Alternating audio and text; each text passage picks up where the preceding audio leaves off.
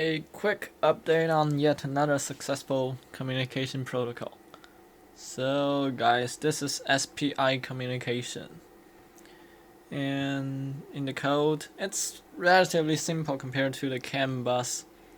First, we initialize the SPI RCU clock and then initialize the pins. So we don't actually need this pin for the SPI in general. This is for the NRF 24L01 module, the wireless module. So here, this is the chip select or the NSS pin. We are using software chip select pin to control the SPI. So here we just define it to output push pull, not the alternate function. And PA5, it's the serial clock, I think. Oh, it's here. PA5, yeah, serial clock. And then PA6, MISO, mastering out, slave out, and MOSI. Yeah, these are the pin definition. And then we continue to define the SPI struct. It's relatively simple. We just define the device mode, either master or slave, and transmission mode. For most of the time, we're going to use full duplex, so that's two-way at the same time. And frame size, we just stick to 8 bits.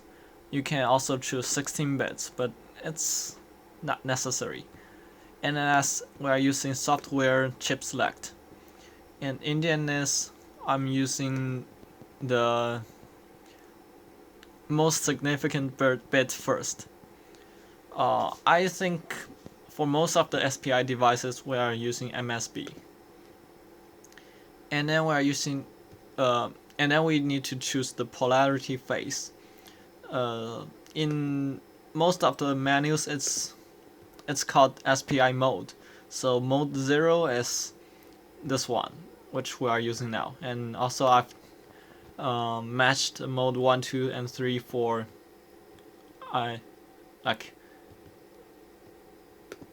these are 1-to-1 match, yeah. And then we need to choose the prescale. So prescale, right now we are using divided by 64, so that's 1.68 megahertz. For some of the SPI, like for example NRF 24, the maximum supported frequency is 2 megahertz, so 1.68 is just below the threshold, so 64 is okay. And for Arduino, I've also tried 32, like 2 times faster, and it's working but not very stable. Like you'll see. We'll see the experiment later on. And now entering. So we need to set the chip select pin to high in order to for the slave to not activate. So chip select is active low. So when the chip select pin is put low, then it means that the chip is selected and working. So now we are initializing the SPI, so we don't want the chip select to activate, so we put it high, set the bit. And we initialize the SPI by passing the struct into this function, and also turn off the CRC. We don't need the CRC checking. And finally enable the SPI. So that's for the initializing part. And for the running loop, when we want to send the message, we need to put the chip select low. So PA4 put to low. This matches the Arduino code digital write access low. And for this line, these are equal to this one for the Arduino function. So we first need to so this line is for multiple byte transmission. So if we're going to send only 1 byte, then we don't actually need this function. But just put here in just in case when you want to transmit multiple bytes. So in that case, we will put these two lines in the for loop. Like for example, for int I equals 0, I smaller than the array size, transmit the data, and you loop through it. And then you need to put this line in order to make sure the previous byte is transmitted. And then you put the second byte in. And here we define the receive and give it the value of the data received. So we are receiving the data from the SPI bus. And then we pull the delay for 1 second, and then put the chip select pin to high. So ending the transmission, and then print out the message. So here it's the message out. On the other end of the SPI bus, I'm using an Arduino. So the function of the Arduino is just receive the data as a slave and then transmit it back by dividing the value by 2. Yeah, so it's working now. And by the way, this is the Arduino code. It's pretty simple.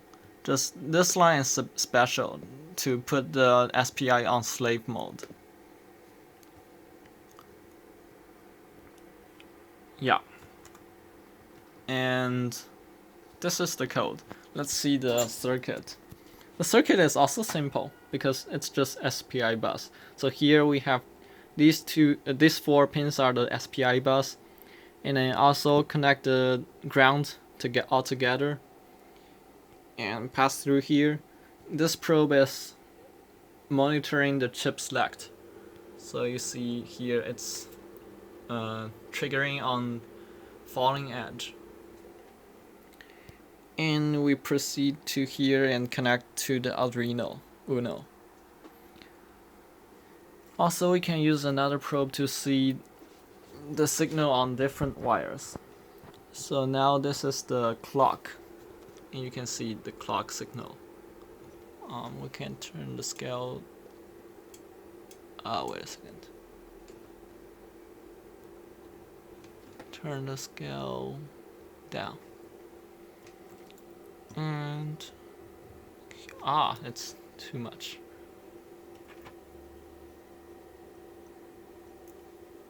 One more. Okay, because this is the signal. And I think we can offset it. Yeah, this will be much better. Okay. Yeah, these are 1, 2, 3, 4, 8 clock signals for 8 bits in a byte. And here is the MISO, master in, slave out. So this is the signal the Arduino board is transmitting back to the GD32. And here is the MOSI, master out, slave in, which the GD32 transmit to the Arduino board. And one thing to note is that this delay, it's important because I don't know why, but if we cancel this out, then the chip select will be pulled high immediately after executing these lines, in which the communication is not really finished yet. So now we can see if I cancel the delay function, then the chip select pause is very, very short, and this is the clock signal, so it's ending even before the first byte. I don't know why, but well, just put the delay here for safe. And I think in actual application, if we are just connecting one device to the master, then you can just put the chip select all the way low for the entire time. It's okay. Yeah. So I think This can be considered a bug, but nah, I don't know how ST handle this, but as far as I can see other people's example, they are also using the delay function. So I don't know how to solve this. Also, you cannot get the state if, like, you cannot know whether the transmission has finished, because the flag, there is only a transmit buffer not empty flag for transmission. So there are two ways to solve this. One is using the delay, and the other way is to like transmit the message from the slave back to the master for every message. So then you can wait for the transmit message back and then end the transmission. Yeah, this is also another solution. And we can also see how the clock frequency will affect the shape of the line. So for 64 clock division, the clock signal is like mostly square. The push up and push low edge is kind of slanted, but it's acceptable. Yeah. But if we change to 32, let's see.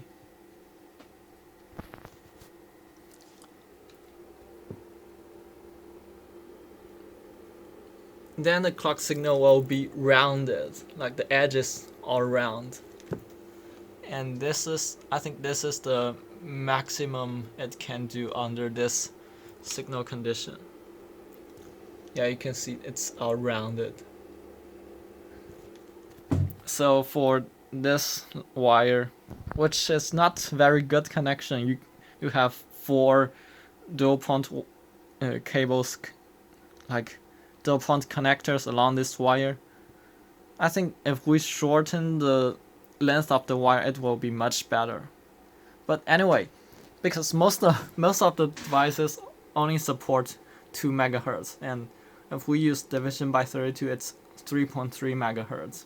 So it's too much. 64 is fine. Yeah, and this is the SPI bus.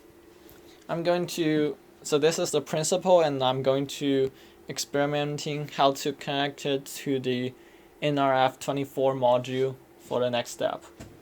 It's this module. Yeah. Wish I can be successful, and goodbye.